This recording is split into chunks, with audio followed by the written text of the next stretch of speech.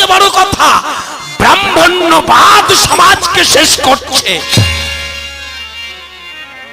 ব্রাহ্মণ্যবাদ এসে সেই সময় সাধারণ মানুষকে এত বেশি হেয় প্রতিপন্ন করত, সাধারণ মানুষ তলানিতে ঠেকেছে। 1757 সালে পলাশীর প্রান্তরে স্বাধীনতার সূর্যটা অস্ত চলে যায়।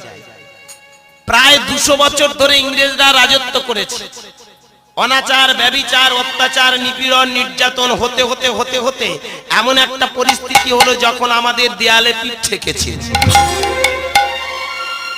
ভালো করে ভেবে দেখবেন, এখানকার মানুষরা বহাল তবিয়াতে অনেকে সুখে ছিল, স্বাচ্ছন্দ্যে ছিল, কিন্তু যারা প্রকৃত জ্ঞানী হলো তাদের কিন্তু ডুকরে কান্না বেরিয়ে আসলো। কি আসেনি? বিনয় বাদল, দীনেশ মাস্টারদা, সূর্য সেন, প্রীতিলতা ওয়াদ্দেদার, মাতঙ্গিনী হাজরার মতো মায়েরা, সব থেকে বড় কান্নাটা কার বেশি হয়েছিল জানেন? আমার নেতাজি সুভাষ।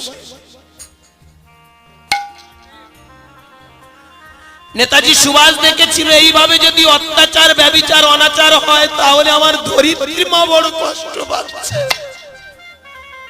কি বাবা, একটা সংসারে যখন 4 ভাই ঝগড়া করে সম্পত্তি নিয়ে বা কোনো কারণে, সব থেকে বেশি কষ্ট পায় কে জানেন? ঘরের বাবা। আজকের ভালো করে ভেবে দেখবেন, সমাজের বুকে তখন লাঞ্ছনা, গঞ্জনা, নিপীড়ন, নির্যাতন, হিন্দু মুসলমানের মধ্যে ভেদাভেদ, হানাহানি, মারামারি, কাটাকাটি, বর্ণবিদ্বেষ, জাতিবিদ্বেষ, বর্ণ বৈষম্য, সব থেকে বড় কথা ব্রাহ্মণ্যবাদ সমাজকে শেষ করছে। ব্রাহ্মণ্যবাদ এসে সেই সময় সাধারণ মানুষকে এত বেশি হেয় প্রতিপন্ন করত, সাধারণ মানুষ তলানিতে ঠেকেছে। একটা নিচু জাতি, একটা উঁচু জাতি, খুব ভালো করে ভাববেন।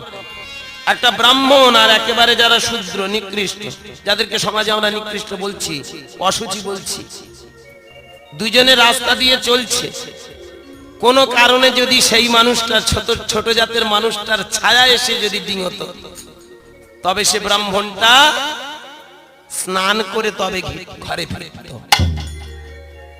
এটা কোন ধর্ম? এটা কোন নৈতিক চরিত্র? খুব ভালো করে ভাববেন। কীর্তন তো শুনে শুনে মুখস্থ করে ফেলেছেন, লীলা পালা গিয়ে গিয়ে আমারও তো খানিকটা বয়স হলো। আজকের আমি প্রাণপণে চেষ্টা করব আপনাদেরকে প্রকৃত সত্য কথাগুলো আজকে প্রকাশ করা। এটা আমার কথা নয়, এটা আমার নদিয়ার নিমাইয়ের কথা, আজ পুনরাবৃত্তি হচ্ছে। নিমাই তাহলে ভালো করে ভেবে দেখো, তিনি এসে দেখলেন তুমি ব্রাহ্মণ, এটা তুমি কি করে বলছো? তুমি ব্রাহ্মণ, তুমি তো মানুষ, তুমি অসুচি, তুমি অস্পৃশ্য। না, আমি তো তোমাকে ওইভাবে দেখছি না, আমি দেখতে পাই তুমিও মানুষ।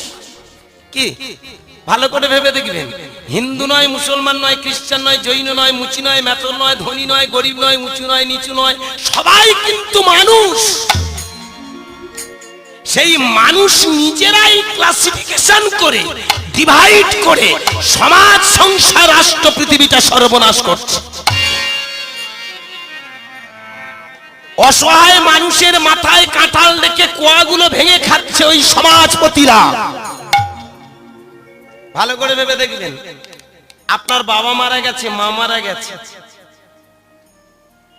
আপনি যখন শ্রাদ্ধ করবেন সেই সময় দেখবেন একটা লম্বা ফর্দ আপনার হাতে গুঁজে দেবে, তুলে দেবে না? হরি বল, কথাটা খুব মন দিয়ে ভাববেন, আমি কাউকে ছোট করছি না। ওখানে লেখা থাকে একটা বড় খাট, যদি ক্ষমতা থাকে একটা পালঙ্ক দিও, দুটো বালিশ,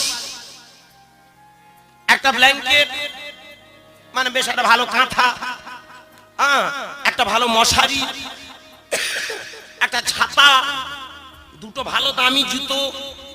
প্রশ্ন যদি করা যায়, কেন না তোমার এগুলো লাগবে কেন জানো? তোমার বাবা যে মারা গেছে, তোমার বাবার আত্মা এসে ব্যবহার করবে। শালা কি রকম সিটিংবাজি! ধর্মের নামে ব্যবসার সিটিংবাজি ছাড়া কিছু নয়। এখন লম্বা ফর্দ করেছে। আর যখন ওই মানুষটা বেঁচে ছিল, বৃদ্ধ হোক বৃদ্ধা হোক, ওই কোনোদিন কোনো ঠাকুর মশাই এসে জিজ্ঞাসা করেছে, সোনার চাঁদ শ্রাদ্ধের সময় তুই মশারি দিস না দিস সেটা পরে, আগে তোর মায়ের মশা খুলে খাচ্ছে, তুই মশারিটা টাঙিয়ে দে? কোনোদিন বলেছিল? ভালো করে ভেবে দেখবেন। হয়তো মাটির বিছানায় শুয়ে শুয়ে পিঠে ঘা হয়ে গেল, কোনদিন এসে বলেছে, সোনার চাঁদ একটা বাজার থেকে কম দামের একটা তক্তপোষ এনে সেখানে তোর বাবাকে মাকে শুইয়ে দে? ইটটাও জোটেনি মাথায়, কি বলুন? সেই সময় কই সমাজপতিরা কোনদিন এসে বলেছিল কি যে বাবা সোনার চাঁদ শ্রাদ্ধের সময় যা করিস করিস, তুই এক কাজ করে এখন অন্তত একটা বালিশ কিনে মাথায় দিয়ে দে? যেই মরে গেল ওদের তখন চোখ লাফাল। সমাজপতি আসতে, সমাজপতিরা সমাজটাকে শেষ করে দিয়েছে। নিজেদেরকে একটা বড় আসনে নিয়ে গিয়ে, নিজেদেরকে একটা বড় জায়গায় নিয়ে গিয়ে ওরা সব সময় মানুষকে ছোট আর হেয় প্রতিপন্ন করে এসেছে। এইখানে দাঁড়িয়ে নিজে ব্রাহ্মণের ছেলে হয়ে নদিয়ার নিমাই প্রতিবাদ করে বলে উঠল, শোনো, আমি ব্রাহ্মণ নিন্দা নয়, আমি ব্রাহ্মণ্যবাদকে নিন্দা করছি। কথাটা খুব ভালো করে মন দিয়ে শুনবেন। নদিয়ার নিমাইয়ের প্রথম স্টেপ ছিল, সমাজে যারা শোষণকারী, সমাজে যারা ধর্মের নামে ব্যবসা করে খাচ্ছে, প্রথম যে কোনো প্রকারে ওর গোড়া থেকে উপড়ে দেয়। কি কথাটা ভালো করে বুঝলেন? তাহলে সমাজে যারা শোষণ করে, সমাজে যারা পরের মাথায় কাঁঠাল ডেকে কোয়া ভেঙে খায়, সেটাকে উপড়ে দেওয়ার জন্য গোড়া এলো, যাতে গোড়া থেকে উপড়ে ফেলা যায়। কে?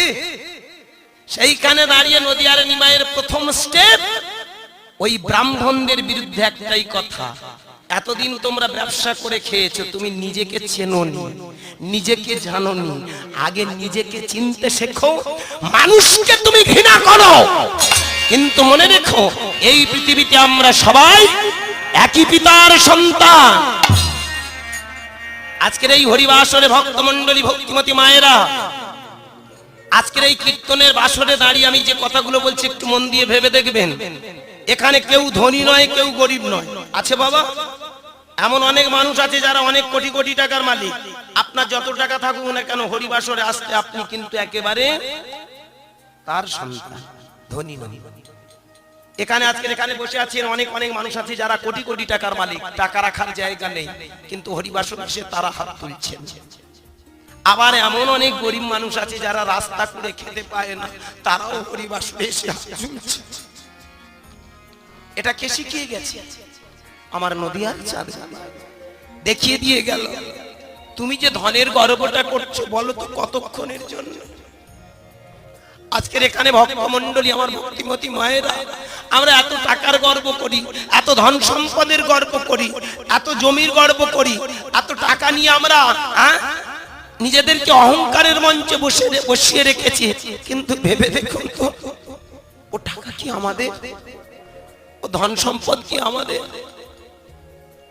ভালো করে ভেবে দেখবেন, এখনো পর্যন্ত আমাদের আসল ঠিকানা আমরা নিজেরা কোনোদিন খুঁজিনি, নিজেরা কোনোদিন খুঁজে পাইনি। নদিয়ার নিমাই এসেছিল আমাদের ঠিকানা দিতে।